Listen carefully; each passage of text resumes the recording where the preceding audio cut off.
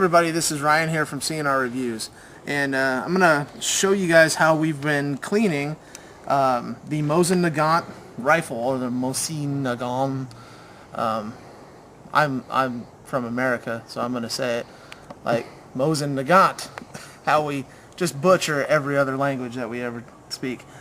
So anyway, we're trying to get the Cosmoline off these. We just picked up two 9130s last night. This one over here we just cleaned up. It's Cosmoline free as of right now. We degreased it all, and it's ready to be lubricated back up and put back in the stock, and ready to go. This one, on the other hand, if Chad wants to zoom in on this, has a ton of Cosmoline on this bad boy. I mean, it's not as bad as the other one that I first picked up, the one I have the video on a little while ago, but it's still pretty bad. So right now I'm going to try to get the Cosmoline from out of the inside of the barrel here. And I've heard a couple guys steaming their stocks, other things like that. Cosmoline does melt, and the way that I've found that it comes off easiest is heating it up with the steamer, melting it a little bit, with then using a degreaser here, a shop degreaser. It's used on auto parts and tools and things like that, so I figured it was safe to use on a gun, and it's worked out pretty well so far. You just kind of got to use it. Well, I don't use it sparingly at all. Actually, I spray it all over the place. Is there a brand name on this? This is a little Scunsy steamer. I'm sure you guys have seen the infomercials on it. My parents had it. I just happened to grab it, and it's worked pretty well. So first thing I'm going to do here is I'm going to heat this barrel up with the steam. I'm going to shoot the steam down the barrel here into the receiver, and it's going to melt that Cosmoline down in there. So now, if you guys plan on doing this, make sure you have something like some patches or something to hold onto the barrel, or it gets piping hot. It gets really, really hot. I don't know if you guys can see the steam coming out of there. Kind of tilt it a little bit too, so the stuff starts running out.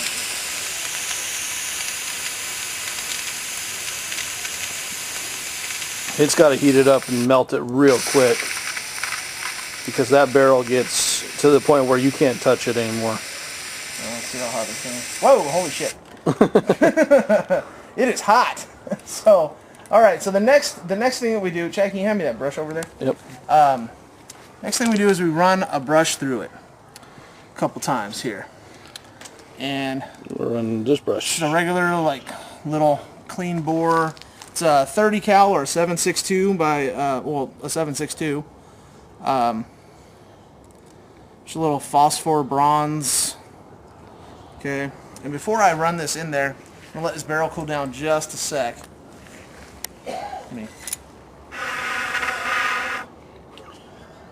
Holy crap, that thing is hot. Like, if you guys can see the steam coming off of this, it's ridiculous. So I'm gonna spray some of this down the inside here. Sorry, Chad, if I got you. Nope, you didn't get me. Holy crap, I can actually feel the heat of this thing. Now this is the hex receiver. What they mean by hex is there's the hex. All right, so we run this. We actually run this way because I don't have a rod long enough here to go from the receiver end. So I'm just running it through the muzzle end. And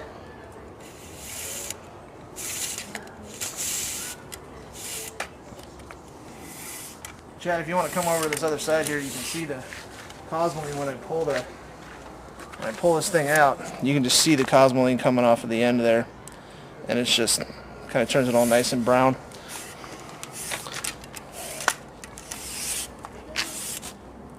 Alright, and run it through a couple more times here. Could probably speed this up on the video here. Alright, so that actually loosened up the Cosmoline, where we can now put some patches on and get most of the Cosmoline out. Now, I like to double up on my patches when I'm doing this, just because you know, the more Cosmoline I get out on each pass, then I don't have to do it later. So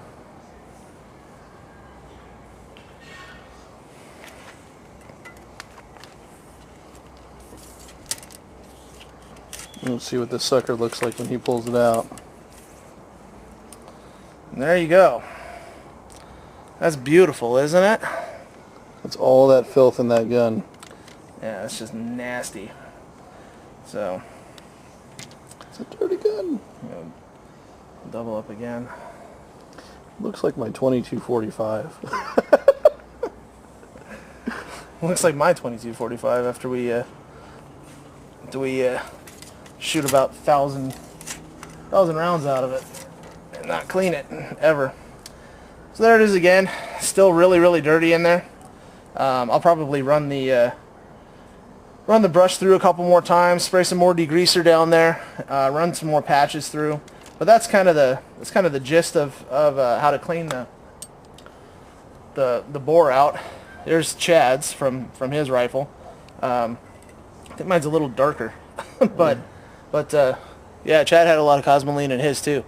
So anyway, then to get this stuff out, I'll show you guys what the steam actually does to this. It just sits there, it just melts that stuff. It'll actually just sit there and melt that Cosmoline. You can see it coming right off. Yep, and you kind of tip it of where it can come off. And it'll just come right off the gun there.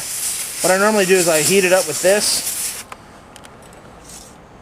grab my degreaser, spray my degreaser on there, grab my brush, my nylon brush here, and I just kind of work it in there. Make sure I get all of the Cosmoline that I can out of there. And then I take a Q-tip. Let me get a fresh Q-tip over here. Alright, spray a little bit more degreaser on there. And get in there. So it's quite a little task to remove all this Cosmoline, but it's worth it when it's done. Yes, these are budget weapons. You could probably take these down full of Cosmoline. I mean, as long as you just wiped it down very nicely with some paper towel or left it outside for a little bit and wiped it down, you could probably take it to the range and just go to town. yeah, if you're not patient like we are, well, we're not patient. If you're like us and you want to get it done as fast as possible, you can use the degreaser method, the steam method, you know, things like that. Brushing it all out, and then just sit there and kind of oil it up and put it back in the gun. You get it done in about a day. If you let it sit out in the sun and actually kind of bake off, you can also put these parts inside of the oven here. You don't want to go any more than, like, I think it's like 120 degrees. If it's any higher than that, you need to watch it very, very closely. Just to make sure that, you know, what you have sitting on or you know, anything like that. I normally put a piece of paper towel underneath it to catch the Cosmoline as it melts. Just keep an eye on it. Make sure you're not, you know, baking it to death, and make sure that you're just getting that Cosmoline to run off of these parts. Then what I did after I baked it, there's still a little bit of residual Cosmoline on there, and sprayed it down with the degreaser, brushed it off, re-oiled it up, and you know, put it all back together. And it's worked really well so far.